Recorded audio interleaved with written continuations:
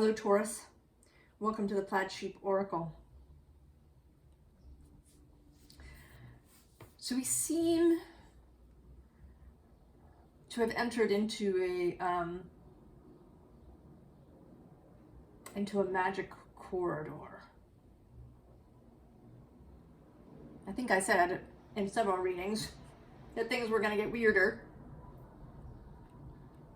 But maybe what I meant was that things were going to get more mystic, more metaphysical.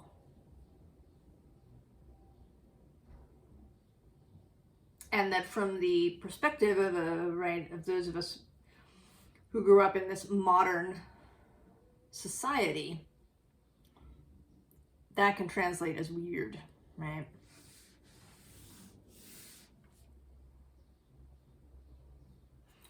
So the card that's coming out for you is owning your power.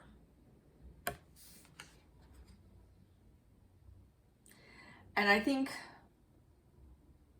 I think this is in a lot of ways about being Taurus.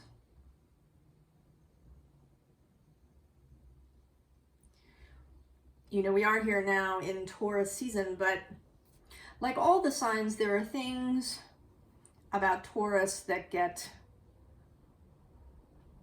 put in the shame category.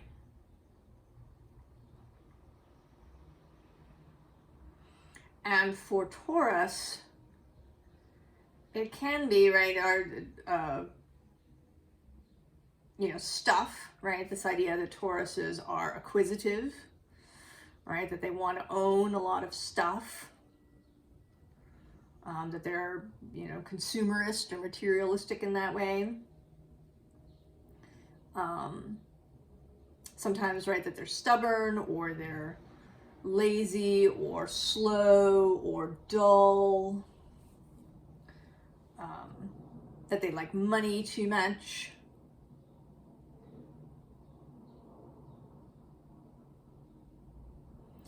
And these are all kind of, right, it's like a head game kind of, isn't it? Right, that many of these things are seen as evils, and yet there is in our society a veneration of those who do have a lot of stuff.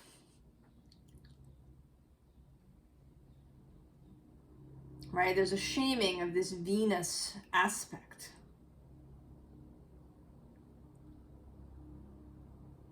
And yet,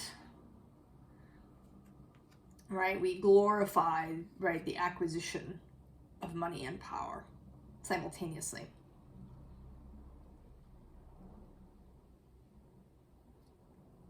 And I think that has created a lot of difficulties and angst for those of us with a lot of Taurus energy.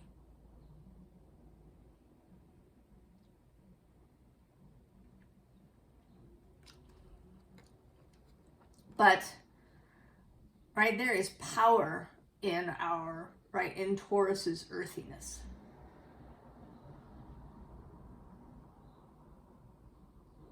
Right, in connection to the earth. And I think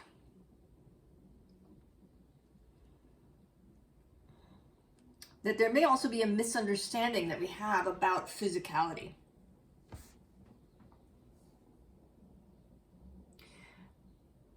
Right, there's this idea, that it's the sort of water or air signs that have the greatest access to spirit. I think that's totally not true. I think every element has access, right, to source, to that creative realm,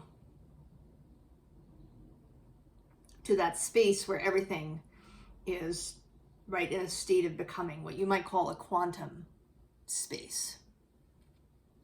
There's this tarot deck, Women in Science, and it was actually created by some MIT folks. And the all of the minor arcana are women who've made some contribution to the scientific arena.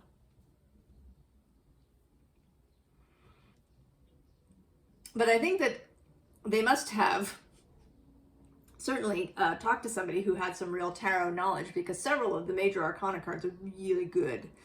And I sort of want to own the deck just for those cards. And one of them is the Hanged Man. And the Hanged Man is Schrodinger's cat, right? That experiment of the cat being in this superposition, that until you open the box, you don't know if the cat is alive or dead.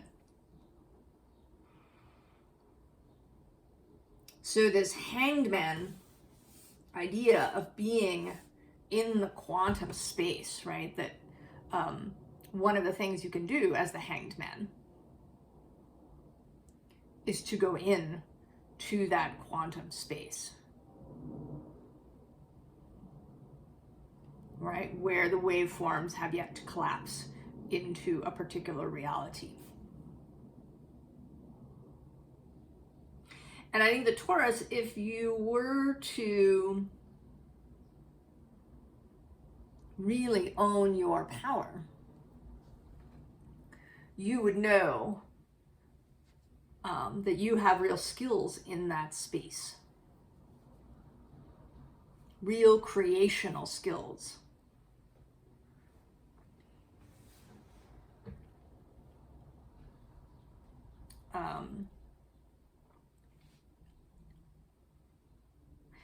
I was reading an astrologer's stuff on Taurus. Her name is Britten LaRue. I'll try to remember to stick her name in the description. But she was talking about how this idea that while Gemini is sort of the voice, kind of in the mental sense, right? The formation of the idea that you're about to speak and communicate. But that Taurus is actually, right, the physical sound that comes out of you.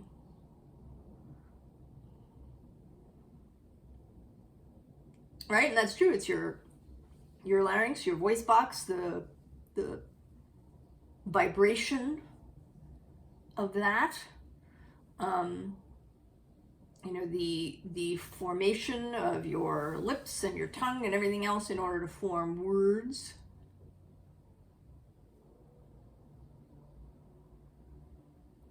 Right? That aspect of voice. And this is a similar, right? Similar idea that you are not bound, right? The physicality is not a prison. Right? We came to see it that way when we really got involved in examining nature. And we found lots of really cool stuff in this way, right? Through the scientific endeavor. But it really narrowed our focus. So the other card that came out for you is this snow fungus. And what stands out for me is this idea of the fungus, which is a very earthy creature, right? Often living on decay, right? Part of the cycle of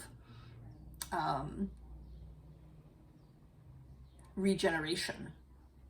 And then there's this aurora borealis going on in the background. Now, actually, snow fungus doesn't grow in the snow, but in more tropical places. This isn't actually a very good image of snow fungus. You can go look it up on the web. It's really cool.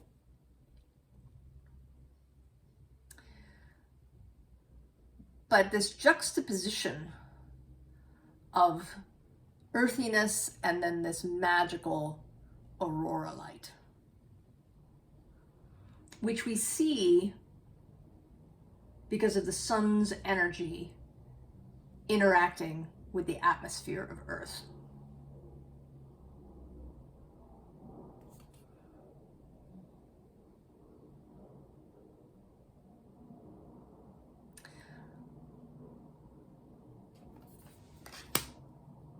So how to really step out of the physicality. And I think, you know, this whole Uranian passage through Taurus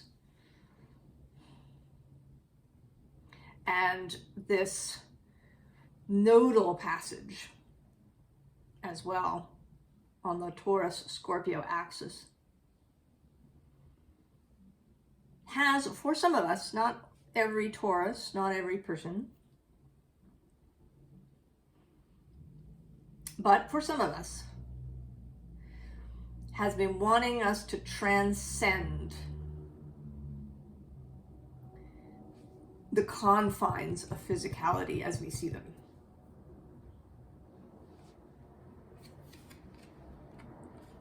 So we have this Knight of Cups, right? A very dreamy knight in this deck.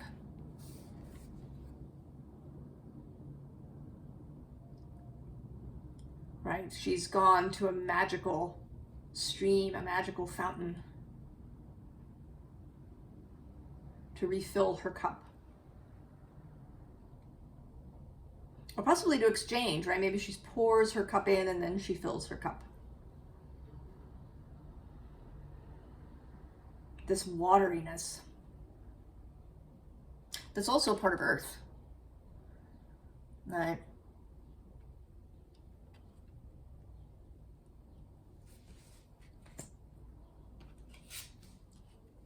And then we get the fates. Right? The actual fabric of space-time. And I want to say that they are asking you, or inviting you, perhaps is a better way to say, to collaborate. You know, the fates are Clotho, Lachesis, and Atropos. Clotho spins the thread. Lachesis determines its length. And then Atropos cuts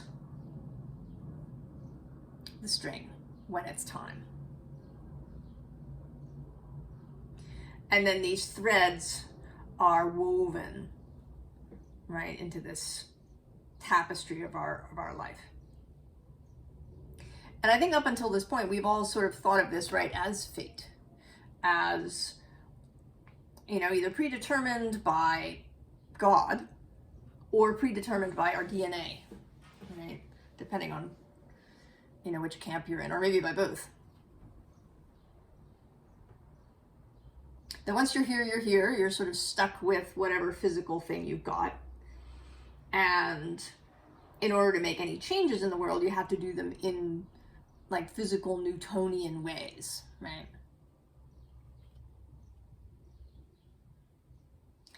But the fates they actually want you to collaborate with them. They find this of interest.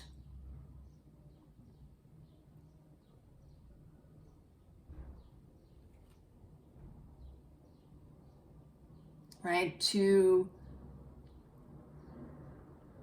collaborate in the weaving of the fabric of the weird, of the space-time. You know, there's this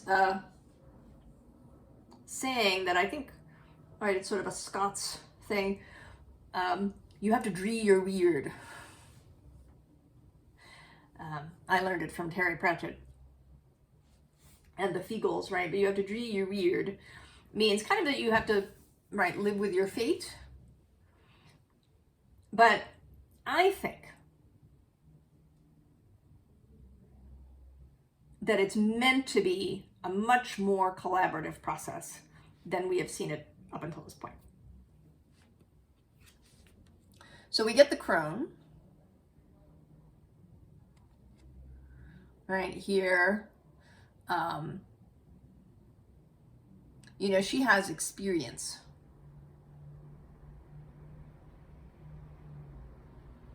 She's been through, right, lots of stuff in her life.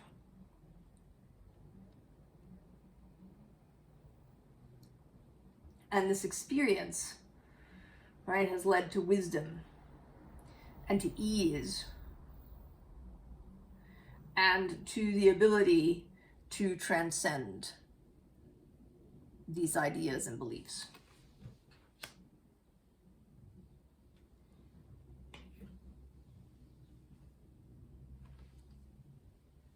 And I think that we are arriving in that space, those of us here.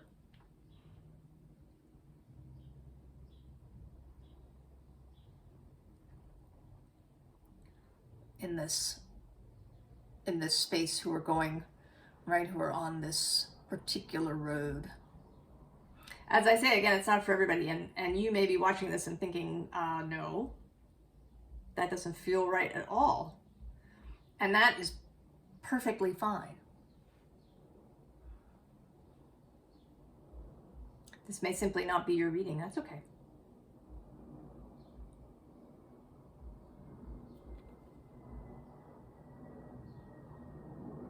Everybody's process, everybody's life is perfect.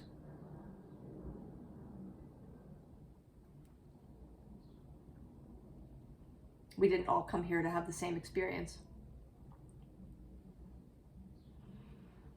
But I think there are some of us who are, right, are headed for this destination of this, right, this red house.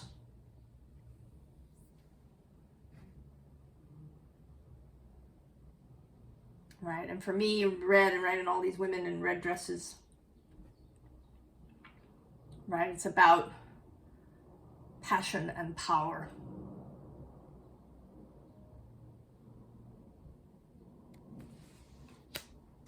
So, all right, we're taught that when life hands you lemons, you should make lemonade.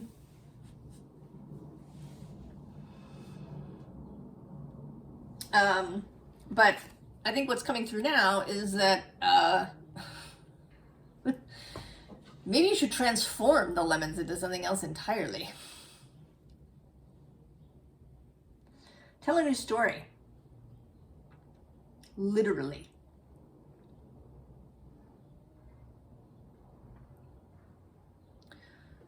You know, this means seeing the world in a completely different way than all of us are taught. And I think even those of us who had a more metaphysical upbringing, right, maybe whose parents were, you know, into metaphysical teachings,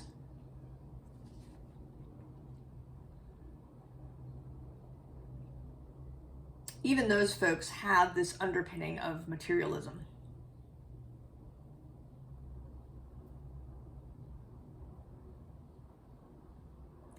And so it can be a real process, right, to release that. You know, I've studied herbalism for a number of years. And I've been getting this message, right, about herbs and food, and, you know, things like water and sunlight, all of these things that we think of as nutrients, right, that we're supposed to get enough of.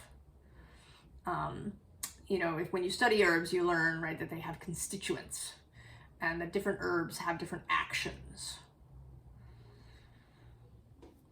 And even if you study herbalism from a sort of an energetic perspective, right, thinking of some herbs as warming and other herbs as cooling and drying or moistening, there's still a really kind of physical component to that, right? You know, I need to take this herb because it is, you know, warming and moistening, and it has these constituents that will create this action in my body.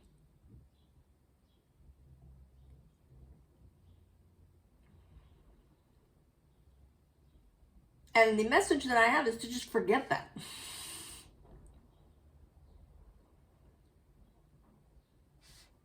Don't choose herbs or foods or anything like that with the idea, you know, that they're going to have a particular action because they've got these constituents and they do this stuff. Forget that. See it from a metaphysical perspective. Who is the herb? Not what, but who.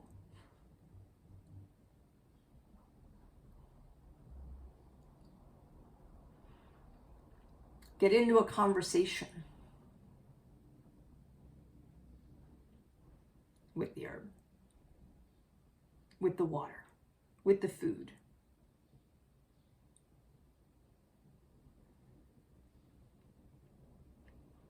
And do this not just with herbs and foods, but across the board.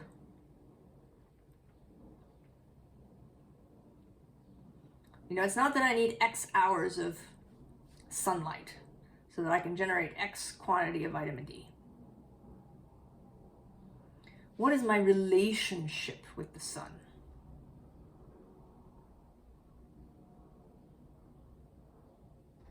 What is my relationship with my own body? With my clothes? With the furniture in my house?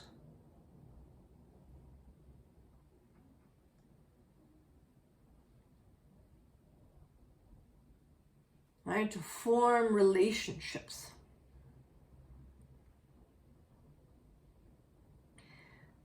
But it's been a process, right? Because that's not how I grew up. I actually did. I had hardly any metaphysical stuff as I was growing up. We didn't go to church. I didn't get taught anything. My grandmother read coffee grounds for divination purposes a little bit.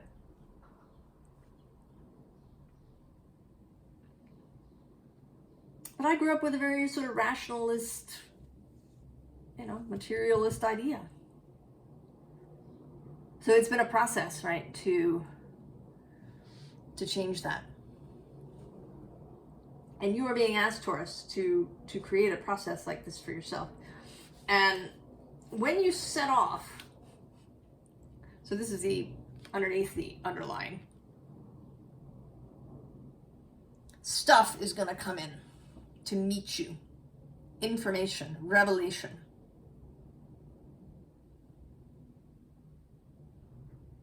When you begin this journey.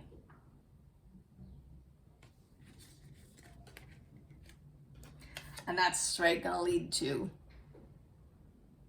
the Ace of Wands. Whole new passion project of your life. And I'm going to say of your life, this isn't about a job or a business or you know, even something like a family. This is your whole life, Taurus. How you move through the world from now on.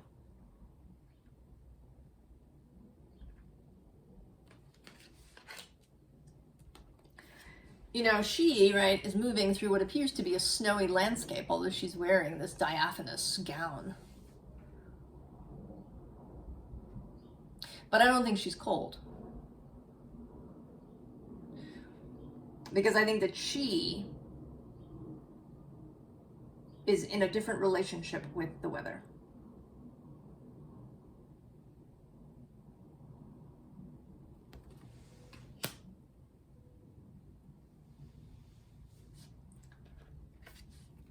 So next we have the star. And you know, back when I was first learning about tarot many years ago, often when people talked about the star, it would come up as sex. Right? Because she's this naked figure who's pouring water out into the world. Right? There is this sexual idea there.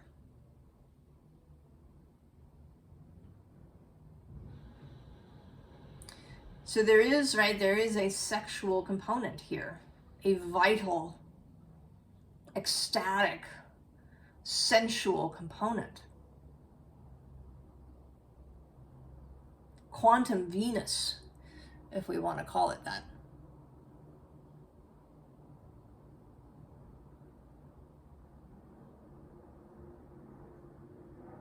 Right? She and Uranus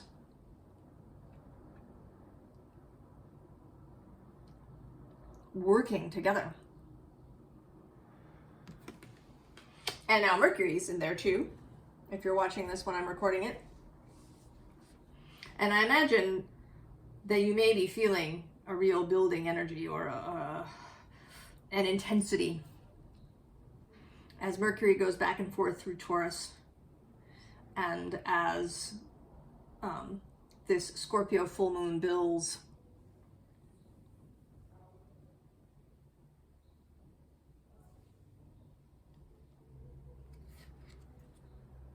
And it is, the Scorpio full moon is less than an hour before the exact moment of astronomical solar Beltane, when the sun reaches 15 degrees of Taurus.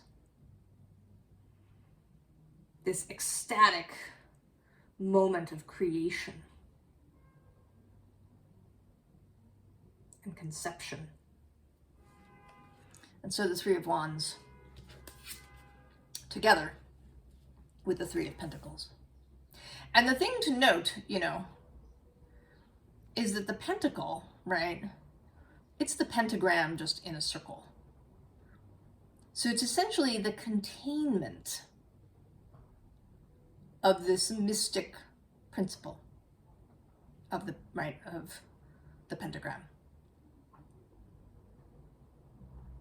This star shape, this symbol of Venus's path from the perspective of Earth.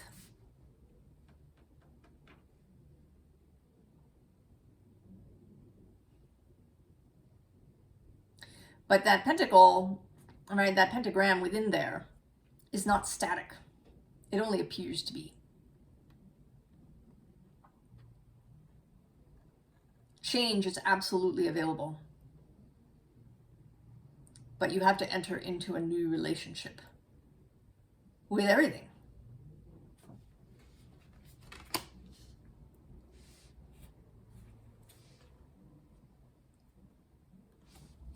So we have the owl, right? The ability to see differently, to see in the dark, to turn your head almost all the way around. Right? I think owls can turn their heads like it's 270 degrees from one end to the other.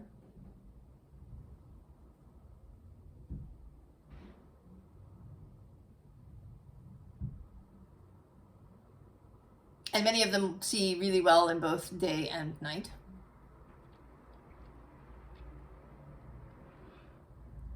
Right? They have these amazing feather setup that allows them to be pretty soundless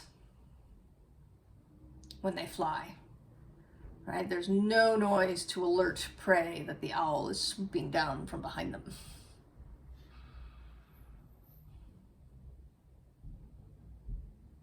Right? Owls are amazing. Seeing in the dark, seeing differently from a completely different perspective, that hanged man notion. And then there's a novice underneath, right, who's been showing up everywhere. Many of the readings, many of my personal readings. It's okay, right? It's going to take time. This transformation, this timeline shift, this mutation, it's a learning process.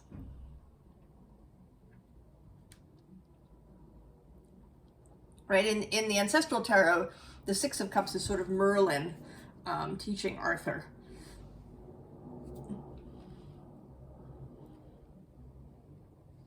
And you are going to be, we all are going to be, right, learning from nature, learning from source, from our own soul, from our non-physical fellowship. Learning.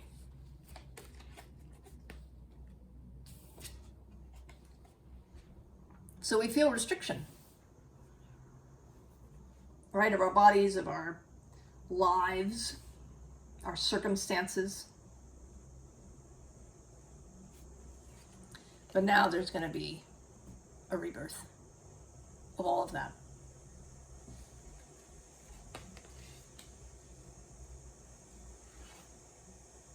And the one real requirement is trust that this is true. And this can, right, this can also take a little time. I think for many of us, trust just doesn't come easily because of, you know, circumstances we encountered and endured as children, and maybe even, you know, later into adulthood.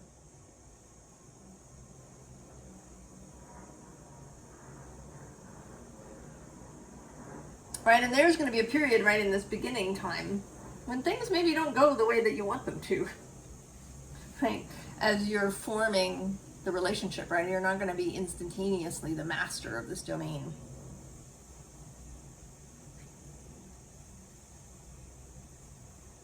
There's going to be failures. And you have to be willing to trust that you're on the right road and that you can, you know, fail until you're really good and you have success.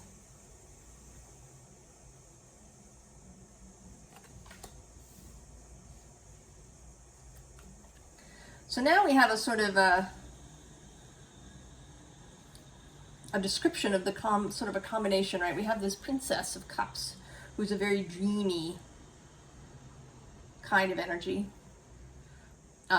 We have the Seven of Wands, which is a fiery energy. And here I don't think that she's battling. I think she's rallying. I think she's rallying her internal passions to unite. And then the Princess of Cups, the water. We have this meditative Four of Swords, right? The ability to go within, the ability to listen to that still small voice. Perhaps through meditation or contemplation or divination, journeying.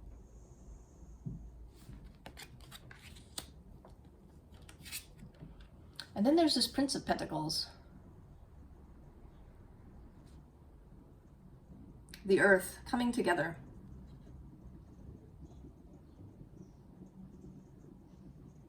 And I feel like he's, right, this pentacle that he carries is a kind of offering.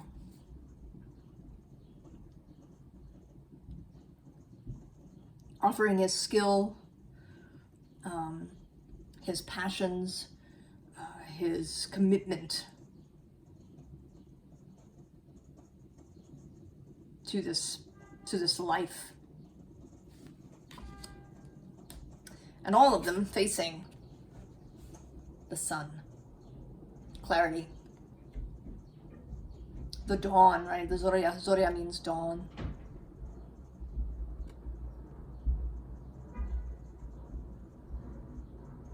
The new day.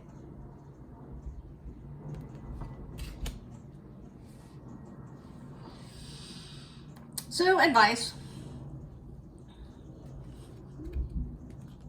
We have this King of Cups who today I think is about doing your best to keep your balance on this ocean. Because there's going to be waves. It may be a while before you sight land. You may feel for a bit like you're not making progress.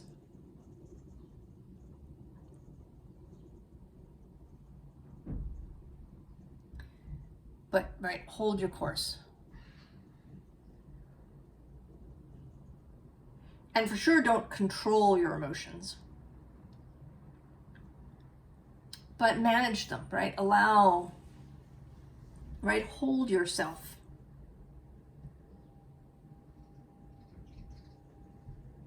Be there for yourself. And that may mean, you know, asking for help occasionally or taking, you know, the time to indulge yourself sometimes.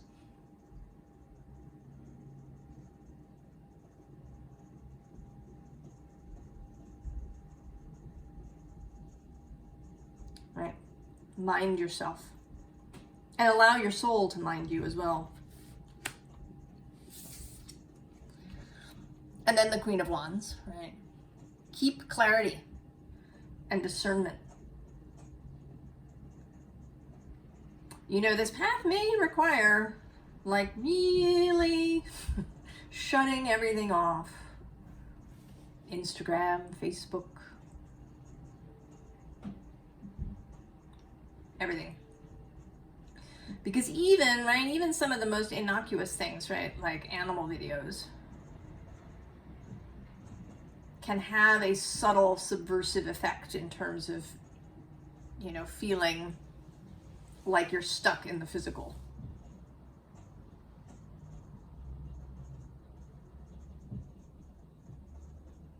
So be very discerning about what you allow in during this period while you are, right, while you're adjusting, while you're learning. I think that later, right, as we all gain greater mastery on this path, we'll be able to form a really cool relationship with social media, right? It will become, right, we can, right, relate to it in this mystical way.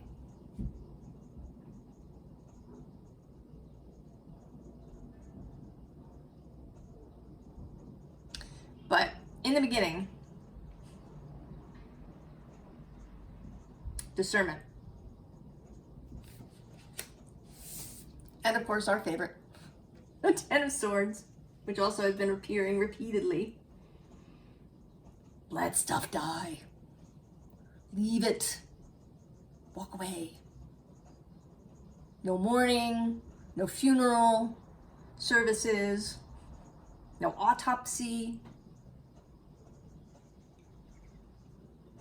Just walk away. Just walk away. And then we get a repeat of this Three of Pentacles, right? Remember,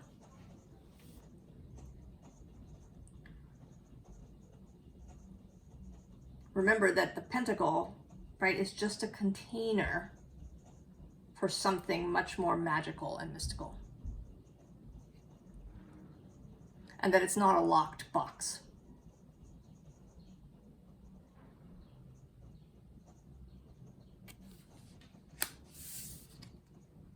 And then the Six of Cups, right? Take the cup.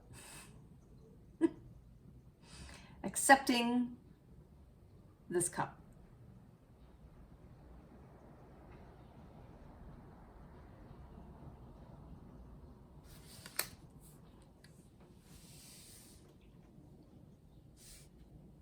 So Taurus,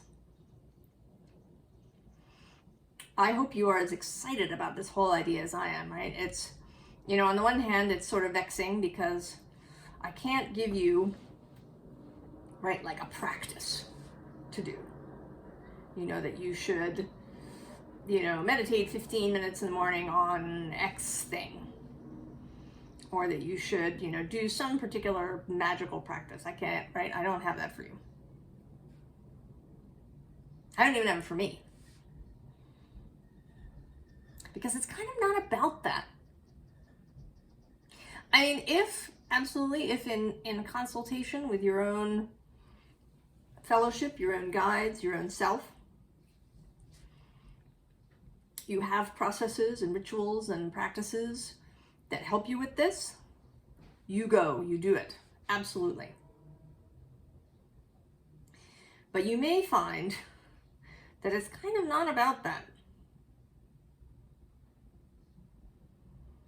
Right? The trouble with practices, although they are a practice, right? They give you a chance to do a thing over and over and over again, and that can be helpful to the mind. But they also create, right, like a separateness. Right? Like here we are, we're in the practice, we're doing it, but then we leave. And we go back into the rest of the day, and we may have trouble, right, keeping that right? Like taking that world tree with us into the rest of the day.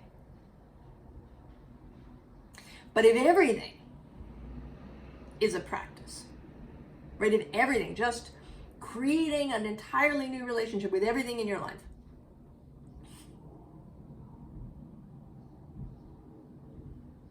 it may take more time and more mindfulness, right? To consistently sort of remind yourself throughout the day to be in relationship to things rather than using things, say.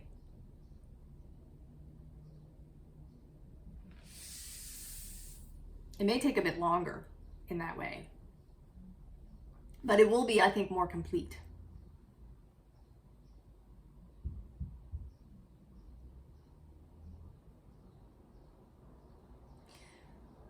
So I wish you an exciting time, Taurus. I think it's really cool.